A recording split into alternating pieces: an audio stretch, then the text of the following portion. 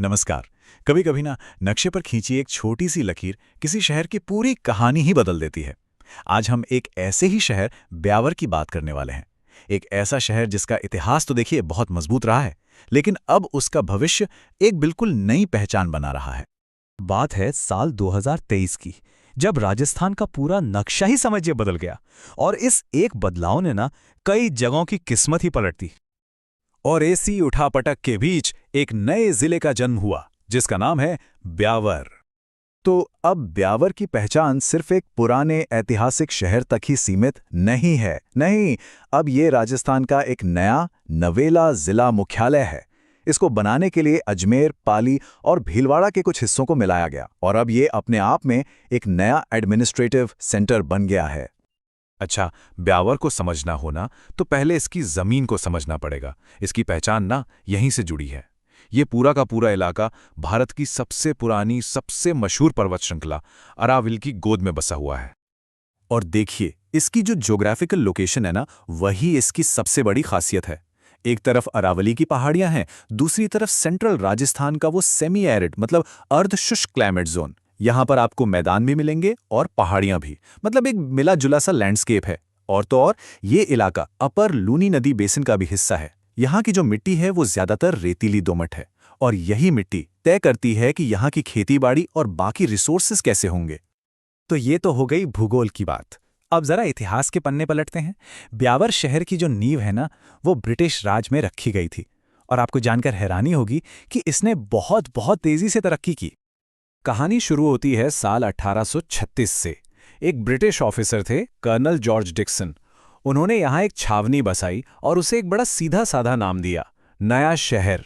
और जानते हैं, यही नया शहर आगे चलकर आज का मॉडर्न ब्यावर बना। और जैसा मैंने कहा, यहाँ का विकास रॉकेट की स्पीड से हुआ। जरा सोचिए, शहर बसने के सिर्फ 30 साल के अंदर 1866 में यहाँ म्यूनिसिपैलिटी बन गई। फिर 1880 में रेलवे लाइन आ गई जिसने इसे पूरे देश से कनेक्ट कर दिया। और बस उसके ठीक अगले ही साल 1881 में यहाँ कृष्णा कॉटन मिल खुल गई और देखते ही देखते ब्यावर एक बड़ा बिजनेस हब बन गया। तो वो तो थी कॉटन के व्यापार की कहानी, लेकिन आज की तारीख में ब्यावर की जो इकोनॉमी है, जो अर्थव्यवस्था है, वो बिल्कुल अलग और कहीं ज्यादा पावरफुल है। आज ब्यावर को किस नाम से जाना जाता है? इसे उत्तर भारत का सबसे बड़ा सीमेंट प्रोड्यूसर होने का खिताब हासिल है। यही इसकी आज की सबसे बड़ी इंडस्ट्रियल पहचान है। और इस पहचान के पीछे एक बहुत बड़ा नाम है। सीमेंट इंडस्ट्री की एक दिग्गज कंपनी श्री सीमेंट, उसका जन्म और उसका होम बेस दोनों ही ब्यावर है। लेकिन रुकिए, ब्यावर की इकोनॉमी सिर्फ सीमेंट पर नहीं टिकी है। यहाँ की जमीन के नीचे फेल्सपार, क्वार्ट्ज जैसे कीमती मिनरल्स का खजाना है। इसके अलावा मशीन टूल्स, प्लास्टिक, टेक्सटाइल, यहाँ तक कि लकड़ी के फर्नीचर बनाने वाले छोटे और बड़े दोनों तरह के बिजनेस इस शहर की इकोनॉमी की रीढ़ की हड्डी हैं। अच्छा, इंडस्ट्री और इतिहास की बातें तो हो गईं। अब जरा उन लोगों की बात करते हैं जो ब्यावर को अपना घर कहते हैं और यहाँ के कल्चर और पहचान की बात करते हैं। ये आंकड़े देखिए, इससे जिले का स्केल समझ आता है। 2011 के हिसाब से देखें तो ब्यावर शहर की आबादी थी करीब करीब 1.5 लाख, लेकिन अब जब ये पूरा जिला बन गया है तो इसकी आबादी लगभग 11 लाख के आसपास है। मतलब कितना बड़ा फर्क है। और इस आबादी में एक बहुत दिलचस्प बात है, इसका एक बहुत बड़ा हिस्सा करीब 81% गांवों में रहता है। इससे पता चलता है कि ये जो नया एडमिनिस्ट्रेटिव एरिया बना है उसका कैरेक्टर ज्यादातर रूरल यानी कि ग्रामीण है। अगर हम सिर्फ शहर की बात करें तो ब्यावर में लिटरेसी रेट 84% से भी ज्यादा है, जो कि बहुत अच्छी बात है। लेकिन इन आंकड़ों में एक और कहानी छुपी है, वो है मेल और फीमेल लिटरेसी के बीच का एक बड़ा गैप, और ये गैप आज भी एक चैलेंज बना हुआ है। अब आते हैं ब्यावर के कल्चर पर, जो कि बहुत ही रिच है। यहाँ का जो पुराना वॉल्ड सिटी है और उसके जो ऐतिहासिक गेट हैं, जैसे अजमेरी गेट, मेवाड़ी गेट, वो आज भी अपनी शान से खड़े हैं। और यहाँ के त्योहार, होली के टाइम पर मनाया जाने वाला बादशाह मेला, वो तो एकदम यूनिक है। फिर यहाँ का मशहूर तेजाजी मेला भी है।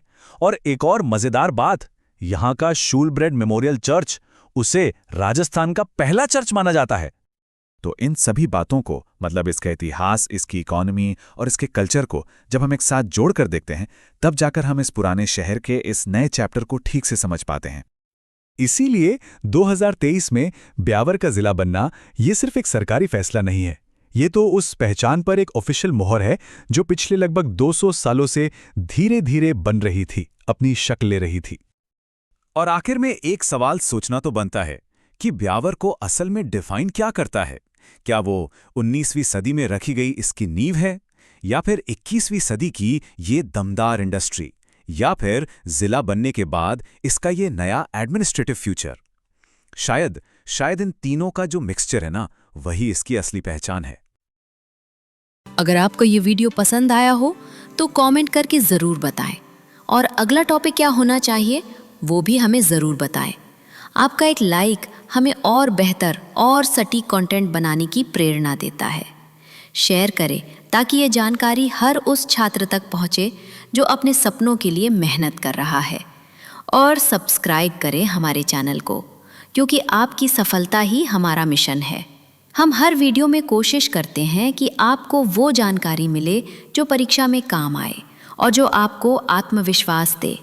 आप सभी का इस वीडियो को देखने के लिए दिल से धन्यवाद।